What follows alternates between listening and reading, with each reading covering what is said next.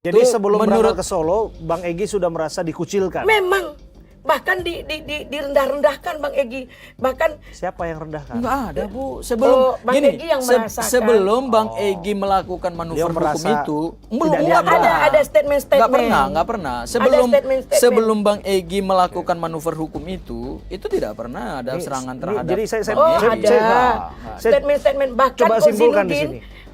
Menyuruh dia, memecat dia. Itu kan penghinaan dahsyat. Dia seorang profesor, ingat ya, sehebat apapun kita harus menegakkan moral dan etika.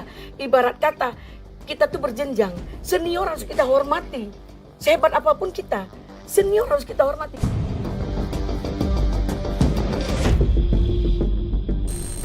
Sayangnya teman-teman semua tidak menghormati senior, itu aja. Menurut Ibu penghormatan seperti apa yang berarti paling kalau wajar Bang Abraham? Jangan rendah-rendahkan. Berarti kalau wajar nggak perlu buka LP dong. Nah, tapi jangan terlalu menghina di luar konteks. Sebenarnya itu bukan menghina, mengkritik secara satir. Kritik kan kritik harga satir. diri dia. Enggak, yang disebut kan dibilang kan begini. Katanya Egy Sujana sama Damai itu Kuhab Solo yang membeli pejuang menjadi pengkhianat. Bang Egy kata-kata membeli ini dia bukan barang. Ya artinya begini. Jadi artinya pejuang itu kan harus menuntaskan perjuangan. Sesuatu pun dari ada. Kalau dibeli Solo. berapa dibeli? Siapa yang beli?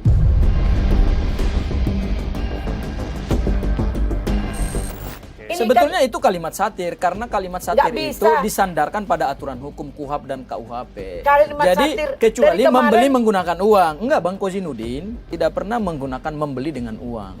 Tetapi membeli itu adalah membeli karena aturan hukumnya dilanggar, KUHAP dan KUHP-nya dilanggar, sehingga membelinya itu menggunakan aturan hukum. Itu sebetulnya kritikan satir itu terhadap proses penegakan hukum. Tetapi kemudian diterjemahkan seolah-olah membeli itu adalah membeli dengan uang. Lo membeli dengan uang nggak pernah tuh kami menyampaikan membeli dengan uang. Ini kok kita terhina. Bang Egy juga merasa terhina. Karena, ada tulisan, maaf ya, ada tulisan Kozinudin yang dahsyat.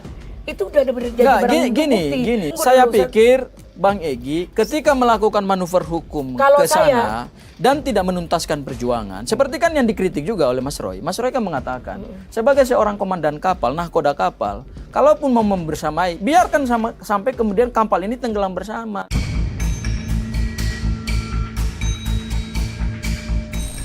Pada saat sudah sama-sama menjadi tersangka, pejuang itu kan artinya harus menuntaskan perjuangan dong. Ya kan? Jangan kapalnya belum kapal ini kan kapalnya berlayar terus nih. Jadi kapalnya berlayar terus. Mas Roy kan kemarin satirnya di Polda adalah seorang nahkoda kapal kalau mau berjuang sampai kemudian kapalnya tenggelam bersama-sama. Ini kapalnya baru dihantam 1-2 badai, kemudian naik kapal pelampung menyelamatkan diri dari kapal besar yang kita sebut adalah kapal penegakan hukum. Menarasikan itu salah besar. Harus dibedakan kalian kan antara anggap Bang Egy adalah ketua. Coba kalian tabayun, bertanya, jangan narasi sendiri sehingga melukai, sehingga membuat hukum baru. Narasi itu sebetulnya. Jadi sebetulnya harus dibedakan antara menyerang pribadi dengan adalah mengkoreksi penegakan hukum. Menyerang pribadi itu kecuali tidak punya pondasi terhadap kritikan hukum. Kami ini kan pondasinya adalah mengkritik hukum. Itu hal yang pertama. Hal yang kedua, kemarin Mas Roy mengkritik bahwa ada mengumpamakan ada dua tuyul bertemu dengan jin Ifrit.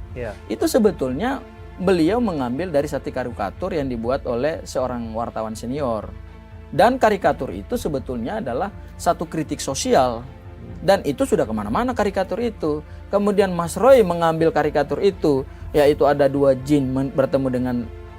tuyul bertemu dengan jin Ifrit. Bahkan Mas Roy mengatakan, kalau kami lihat gambarnya, ini gambarnya tidak mewakili Bang Egy dan DHL. Jadi di mana kata-kata pencemarannya gitu loh. Jadi, ya kan?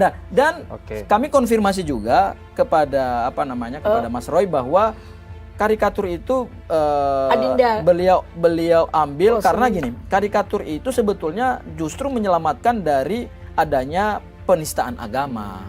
Karena pada saat Bang Egy ke sana, kemudian DHL ke sana, kan mereka mengumpamakan seperti ayat dalam Al-Qur'an bahwa Nabi Harun dan Nabi Musa pergi bertemu dengan Firaun. Berarti siapa yang jadi Firaun gitu? Ya. Berarti mereka dari awal sadar dong bahwa Pak Jokowi adalah Firaun dong. Kalau menggunakan apa yang makanya menjadi itu kan kamu sendiri bilang kata satir itu kan sepertinya mengilustrasikan. Nyatanya sampai di sana kalau Firaun mungkin diusirnya. Kalau ini kan orangnya baik, ya jadi saya maunya gimana, ya namanya understanding. Terus apakah itu Firaun? Apakah Bang Egy Musa? Bang Egy sendiri kan yang namanya yang ilustrasi. Tapi kamu sendiri bilang satir. Bahkan ya maaf ya, karena kalian terlalu ngejas orang dengan narasi yang sampai urat leher. Mungkin kalau Adinda ini dia pandai lah membawakan diri ya kan. Kan ada yang sampai dengan gaya-gaya. Akhirnya orang suka menjadi tidak suka.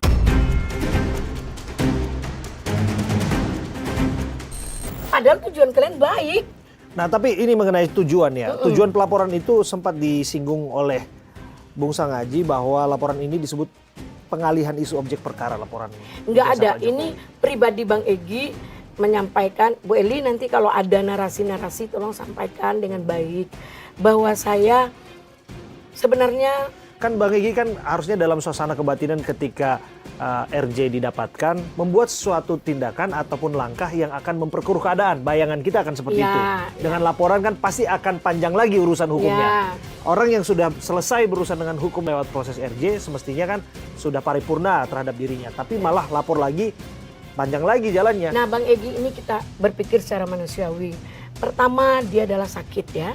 Kemudian dia dihina-hina. Dikira dia nggak tersiksa, nggak tertekan batinnya. Dia sayang semuanya. Sementara orang ini terus memaki dia. Akhirnya saya bilang dengan keluarga, jangan buka-buka WA Bang, nggak sakit hati kayak saya. Nggak pernah, mau apa terjadi nggak pernah, penting Allah yang membalas semua.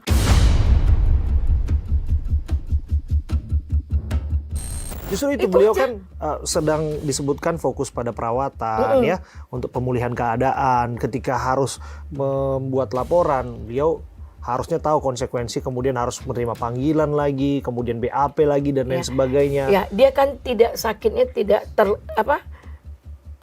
tergeletak. Dia bisa juga ke mall. Cuman kadang-kadang kalau di sini namanya kan terapi kemo. Di sana nggak tahu kita namanya. Saya nggak mau terlalu buka-buka ya. Yang penting Bang Egy sakit dan pergi berobat. Bahkan komplikasi. Itu rahasia pribadinya. Nggak boleh kita ikut. Dia menampilkan diri. Abis ini pusatnya benar. Dia jalan. Nah, waktu kejadian di airport itu dia jalan. Kemudian karena rame viral juga kemudian hampir itu 2 jam yang nyetir itu bener nggak sih Bu ini, Neti? benar. Ini harus dijelaskan juga karena disebutkan sempat jalan kemudian didorong pakai kursi roda, betul ya? Kemudian setelah itu di luar negeri atau di Malaysia tepatnya ya, betul ya? Menyetir sendiri. Iya betul, benar. Jadi Bang Egy itu berangkat dari rumah tidak pakai kursi roda. Karena hampir lebih kurang 2 jam pencekalannya, kata orang Polda udah siap, pencekalannya udah dibuka. Ternyata tidak. Nunggu proses, tunggu Polres. Akhirnya Bang Egy kan lama berdiri kan, ini kami pinjam lah anaknya lah kursi. Duduklah Bang Egy di situ. Sementara wartawan mau ini karena anaknya bilang bawa aja lah ke dalam biar cepat. Nah akhirnya di dalam 5 menit pesawat mau berangkat baru pencekalan dibuka. Jadi sampai di sana Bang Egy itu kan waktu pergi kan bajunya Levi's ya, best. Waktu itu bajunya udah kemeja kan, dia udah sholat dan segala macam. Nah, waktu isi kalau di sini BBM ya, waktu isi BBM, dia mau sholat test drive, putar-putar di situ. Halo Isbul, itu anaknya isi Isbul ya, adiknya Alpat ya. Nah, artinya dia di situ benar itu menyetir. Nah, tiba-tiba ini tiketnya. Ini mobilnya asli, tidak AI. Siapa yang bilang AI? Jadi Adinda Kuroy Suryo terlalu mempublikasikan dirinya di muka publik yang tidak izin dia. Banyak yang melukai dia. Tapi satu kata aja. Kemarin kan ada yang nanya. Saya jawab. Bang Egy itu orangnya baik. Pemaaf. Minta maaf aja sama dia, tabayun, selesai itu. Ya kan? Kita bisa melihat celah dari laporan ini sebetulnya. Iya. Bu Eli, terhadap langkah hukum yang dilakukan oleh Bang Egy ketika datang ke Solo, Beliau ini kan dari awal tadi sudah ditegaskan bahwa beliaulah yang membuka perkara ini. Kemudian karena perkara ini belum selesai, beliau mengakhiri di tengah jalan. Semua risiko itu dihitung nggak sih, Bu? Ada. Jadi nggak semua risiko ya? bahwa akan terjadi begini, akan dibenci, akan segala macam. Dibenci. Itu dia melakukan dia dihitung nggak, Bu? 8 Dihitung. bulan. Dia dihitung. Dihitungnya. Dihitung. Jadi gini, tapi yang sampai menghina kan nggak boleh. Ya kan? Kalian coba kalian rewind kembali apa ucapan kalian, apa semua coba. Dia orang tua kita loh. Enggak, nah begini ya Dinda ya.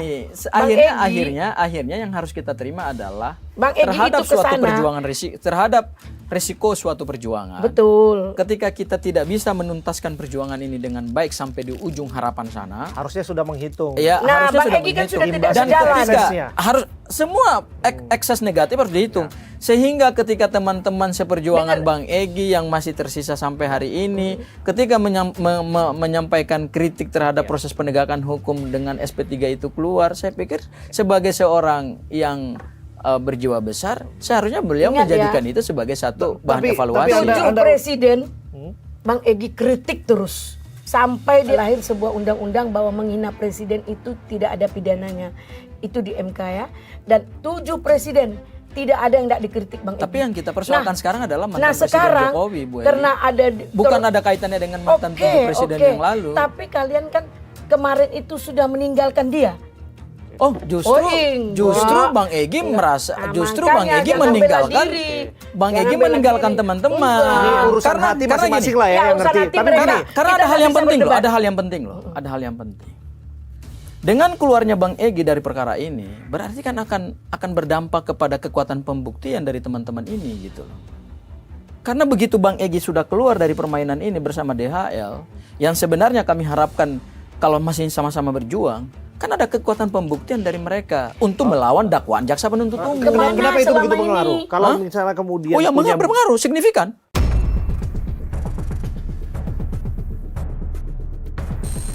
Karena kalau kan dirasa memang sudah ada firm dengan dokumen, dengan bukti-bukti, dengan kelengkapan, dengan kesaksian, dengan apapun yang sudah dipersiapkan, bahkan bentuk buku itu, kenapa harus melibatkan Bang Egy? Kenapa harus bawa karena nama gini, Pak Egy? Bang Egy pertama adalah kan sudah 1000%, 1 triliun persen, 99%. Sementara tidak diuji di pengadilan. Ini kan satu mata rantai yang tidak boleh diputus. Bang Egy punya peran dari awal, membuka jalan, melaporkan Pak Jokowi. Begitu dilapor balik, akhirnya menyerah. Artinya apa? Ketika Bang Egy sudah mengambil satu langkah hukum pidana terhadap Pak Joko Widodo, beliau kan sudah menghitung resiko hukum di situ, bahwa Pak Joko Widodo akan menggunakan hak hukumnya yang dilindungi oleh negara, yaitu melakukan perlawanan balik. Begitu Pak Jokowi melakukan perlawanan balik, berarti sudah dihitung dari awal semua kekuatan Pak Bang Egy, termasuk juga semua alat bukti, semua argumentasi hukum, semua bukti saksi, bukti dokumen, itu kan beliau sudah punya semua. Itulah yang kemudian kami harapkan adalah ketika perkara ini nanti limpah ke persidangan, begitu Bang Egy nggak ada lagi, ini kan mengurangi kekuatan pembuktian dari teman-teman TPUA loh. Saya tidak mengatakan RRT ya. Karena gini, penetapan tersangka dengan 2 klaster ini kan penggunaan pasalnya berbeda, dan peristiwa hukum pidananya juga akan berbeda-beda. Mereka ini akan mempertanggungjawabkan hasil penelitian ilmiah mereka. Tetapi 3 orang ini yang dituduhkan, karena saya juga mendampingi Bang Rizal Fadila, saya mendampingi Bang Rustam Effendi. Kalau bukunya saya tidak mendampingi ya. Saya tahu materi pertanyaannya apa. Materi pertanyaannya kan dimulai dari pertama nih, saya kasih tahu sedikit informasinya. Karena Bu Eli kan nggak paham apa yang disidik di Polda Metro Jaya. Yaitu pada saat lokus dan tempusnya itu ditarik dari markas TPUA, pada saat Bang Egy, Bang Rizal Fadila dan yang lain itu melakukan konferensi pers terhadap ijazah Pak Joko Widodo.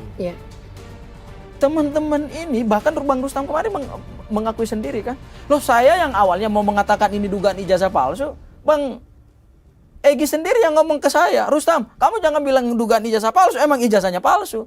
Akhirnya lah dia merasa bahwa harusnya ada istilah menurut keyakinan saya. Nah, justru Bang Egy lah yang mengatakan kepada Bang Rustam, jadi begini, ijazah ini palsu. Kenapa Ngapain kamu menggunakan kata-kata dugaan? Dibilang kan ini materi pemeriksaannya nggak bisa. Emang dibuka kepada orang yang nggak diperiksa, Bu? Nggak boleh. Ini alasan hukumnya. Kalau itu dilakukan oleh penyidik, itu pelanggaran hukum, Bu.